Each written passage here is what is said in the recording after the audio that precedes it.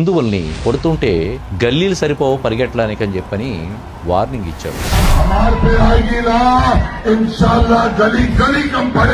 మొహమ్మద్ మజీద్ Hussain municipal election సంబంధించి మహారాష్ట్రలో ఉండే వాషిమని ఏరియాలో కాంట్రవర్షియల్ స్పీచ్ చేశాడు. హిందువులను పరిగెట్టించి కొడతావా నువ్వు? హిందువులంతా లోకోగొనాలనుకుంటున్నావా? శివాజీ చరిత్ర ఎప్పుడన్నా విన్నావా? ఝాన్సీ లక్ష్మీబాయి చరిత్ర విన్నావా? అలాంటి వాళ్ళందరూ ఇప్పుడు సమాజంలో ఉన్నారు, మాలో కూడా ఉన్నారు. భారత రాజ్యాంగ వ్యవస్థను గౌరవిస్తున్నాం, అందు గురించి మేము తలవంచుకుని ఉన్నాం. ఏదో కెనడాలో జరిగినట్టుగాని, జర్మన్లో జరిగినట్టు, ఇంగ్లాండ్ లో జరిగినట్టు ఈ దేశాన్ని ఆక్రమించుకోవడానికి ప్రయత్నం చేస్తే దేశద్రోహులు అందరూ చనిపోతారు. నువ్వు దేశద్రోహివి.